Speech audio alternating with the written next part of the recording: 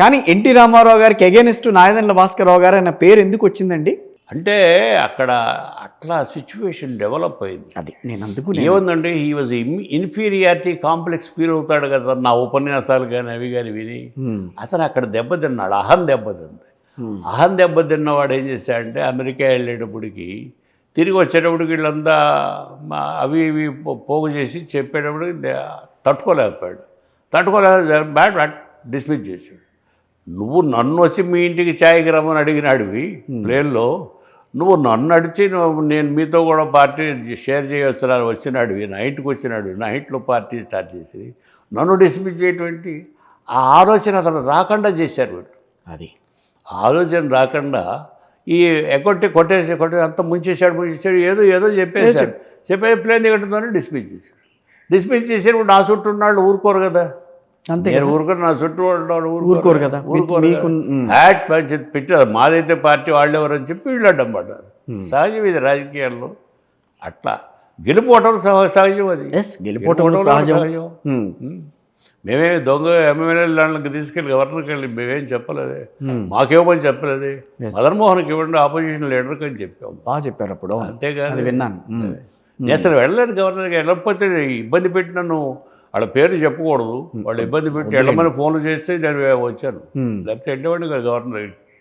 అట్లా ఇప్పుడు హైదరాబాద్ తెలంగాణ రాష్ట్రం అభివృద్ధి చెందిందని భావిస్తున్నారా, ఇంకా వెనకబడి ఉంది అని అనుకుంటున్నారా? ఇంకా చాలా చేయాల్సింది ఉంది, చాలా చేయాల్సింది. ఎందుకంటే ఇక్కడ అంతా డ్రై ల్యాండ్ ఎక్కువ, అవును, నదులు పైకి ఎక్కువ, ఇదంతా పీఠభూమి, దగ్గర పీఠభూమి. నేలంతా సాగు చేయటం చాలా కష్టం. దగ్గరగా ఉన్న నదుల దగ్గరగా ఉన్న భూముల్ని చక్కగా పండించుకొని బ్రతకాలి. కానీ తమ హయాంలోనే హైదరాబాద్కి ఒక రూపం తీసుకొచ్చానని చెప్పి మాట్లాడుతున్న వాళ్ళకి మీరు ఏం చెప్తారు? ఒకటేంటంటే మా అన్నగారు ఇక్కడ ఉద్యోగం చేస్తూ ఉండేవాడు నైజాం సర్వీసులో. అప్పటికి ఇప్పటికీ ఎంత తేడా అంటే చెప్పడానికి వీల్లేదు. నేను ఆ బుగుల్చంద్ దుకాణం దగ్గర నుంచునేవాడిని ఎప్పుడన్నా, ఏది ఆబిడ్స్లో. నైజాం గారు 5, 6 కార్లు వేసుకుని పూజ చేయడానికి వెళ్ళేవాడు, మళ్ళీ తిరిగి వచ్చేవాడు. ఒక్క కారు కనపడేది కాదండి, అన్నీ రిక్షాలే. వాళ్ళేటి పాపం బస్కా కిరాయి దేవ్ సాబ్, అంత పూర్ కండిషన్స్. బస్కా కిరాయి దేవ్ సాబ్ అని బస్సులో 10 పైసలు 20 పైసలు, ఆ 20 పైసలు ఇవ్వండి మేము తీసుకెళ్తామని. అంత దినాతి అది అవసరం. ఇక్కడ పాపులేషన్ ఎంత పాపులేషన్? 7 లక్షలు హైదరాబాద్. నేను వచ్చినప్పుడు హైదరాబాద్ సికింద్రాబాద్ కలిపి 7 లక్షలు. అబ్బా, అప్పటి నుంచి ఇక్కడ ఉన్న 70 ఏళ్ళు. అవును, 90 20 ఏళ్ళ టైంలో వచ్చారు ఇక్కడికి. వచ్చాను. ఇంటర్మీడియట్ బిఏ చదువుకున్నాను, ఉస్మానియా బిఏ. తర్వాత లా చదివాను. తర్వాత కోర్టులో ప్రాక్టీస్. రాజకీయాల్లోకి రావడానికి కారణం అనేకం ఉన్నాయి. ఓకే, చిన్నప్పటి నుంచి అది ఉత్సాహం. అవును, అంటే యూత్ కాంగ్రెస్లోకి వెళ్ళాలన్నా కూడా ఒక భావం అనేది ఉండాలి.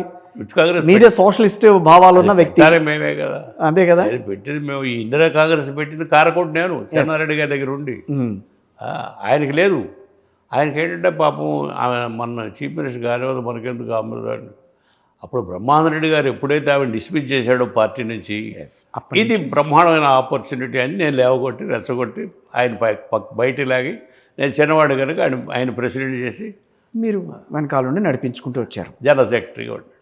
అట్లా బెస్ట్ ఆపర్చునిటీ అని చెప్పి ఇందిరా కాంగ్రెస్ రావటం అనేది ఇక్కడ ఆంధ్రప్రదేశ్ తీసుకుని మేమంతా కలిసి మదనపల్లి వెళ్తే, మదనపల్లిలో ఆమె ఎక్కడో ఆమెను తీసుకెళ్ళాం, ఇందిరాజీ తీసుకెళ్తే ఆయన ముసలాయన మన స్వామి,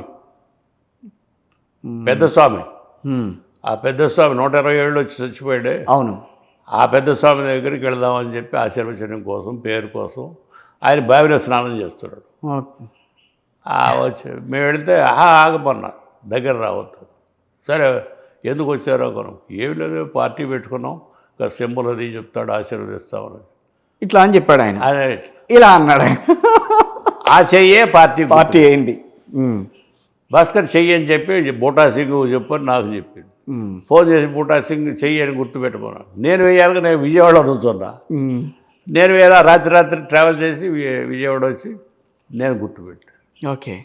అదో అదో పెద్ద హిస్టారికల్ ఇది ఈవెంట్.